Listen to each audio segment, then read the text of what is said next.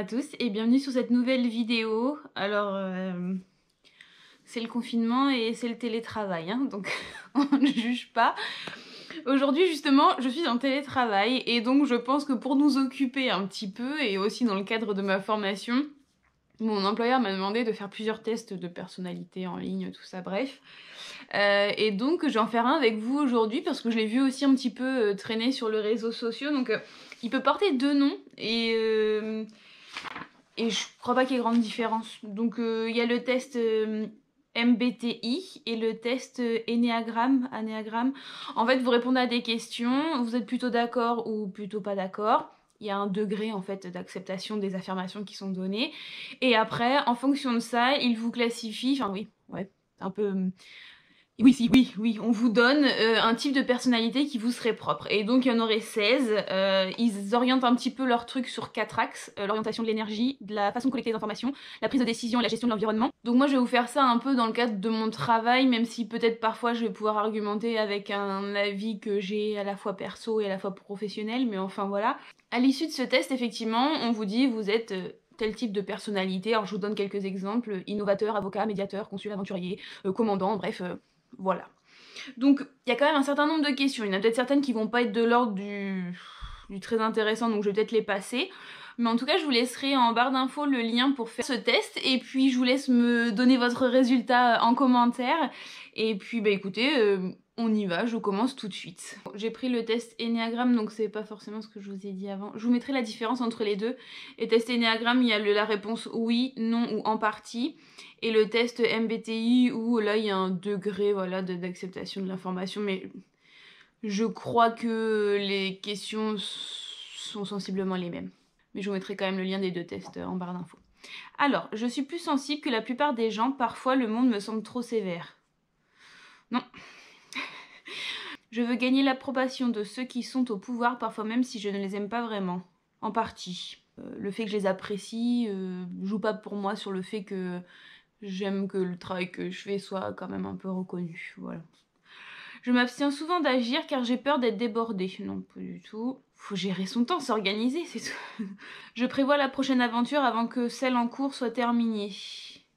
En partie. C'est vrai que je me projette, mais j'essaie de pas gâcher le moment présent, donc j'essaie quand même de me reconcentrer sur. Mais en fait, je me dis que des fois, le fait de faire quelque chose, typiquement de faire un voyage, quand on est en voyage, on se dit toujours le prochain ça va être quoi. Et forcément à un moment donné où notre cerveau dit on est tellement bien là qu'on aimerait déjà repartir pour le prochain alors qu'on n'est pas rentré, mais c'est l'être humain, hein, on peut pas se contenter de ce qu'on a naturellement. J'ai tendance à faire confiance à la plupart des gens. Non.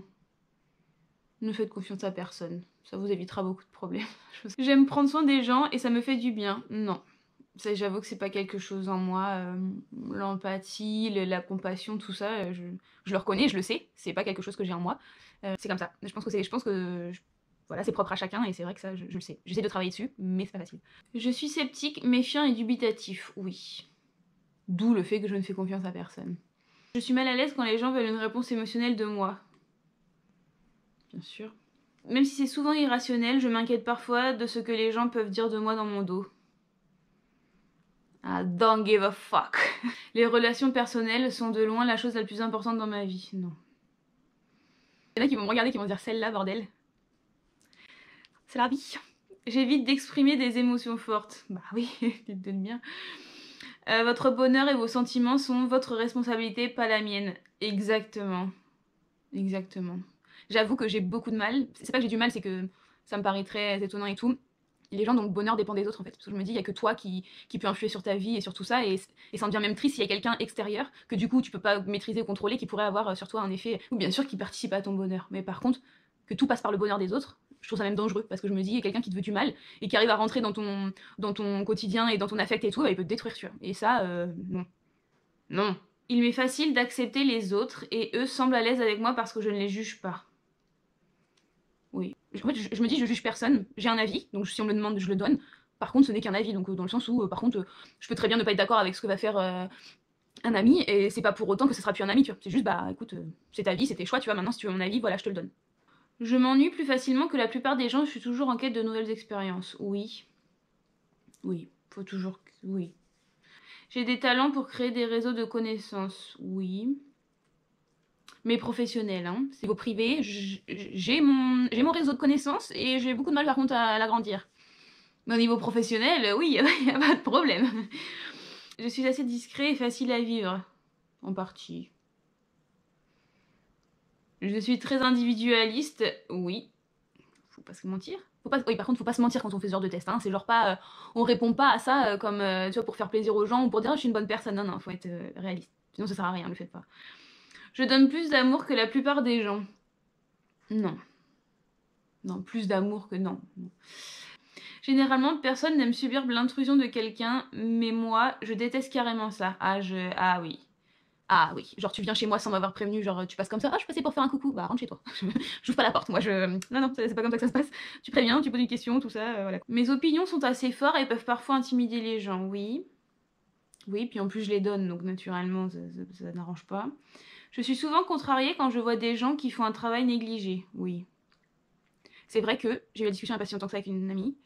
J'ai du mal à me dire que les gens, ça les dérange pas de faire de la merde. Alors soit ils ont pas conscience qu'ils font de la merde, ou soit ils en sont non conscients, et du coup, pourquoi? Qu'est-ce qui se passe dans ta vie? Je comprends pas, je ne comprends pas. Je suis attirée par l'intensité émotionnelle et je n'ai pas peur d'en explorer les profondeurs. Non.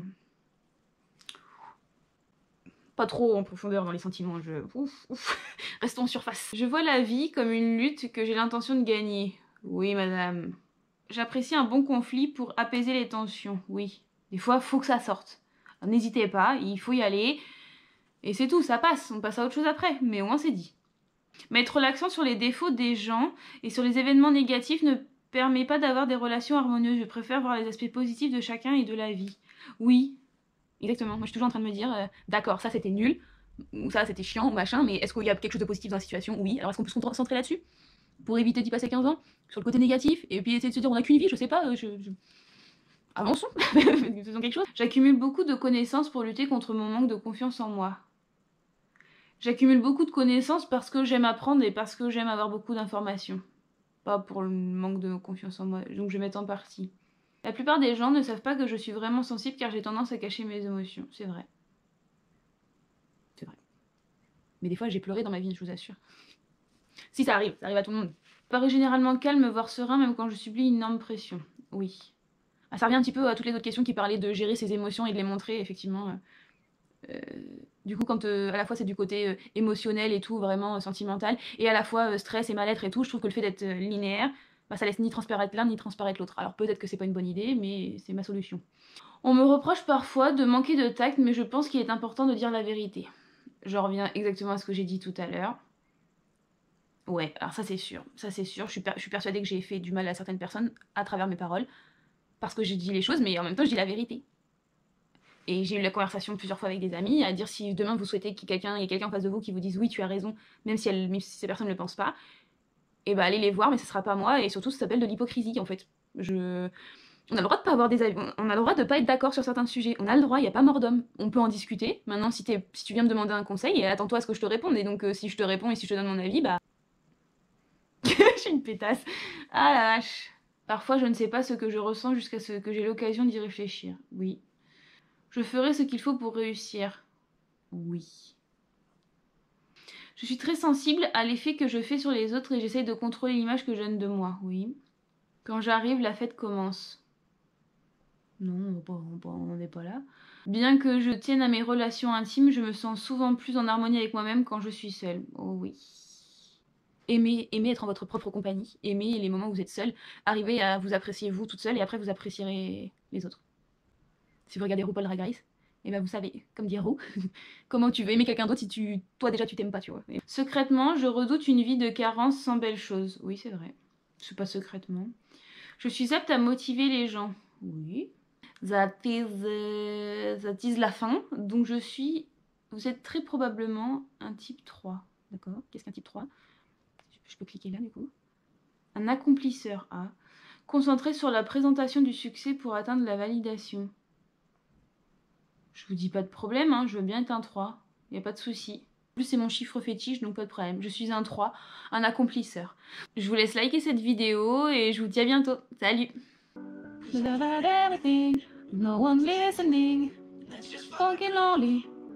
I'm so lonely.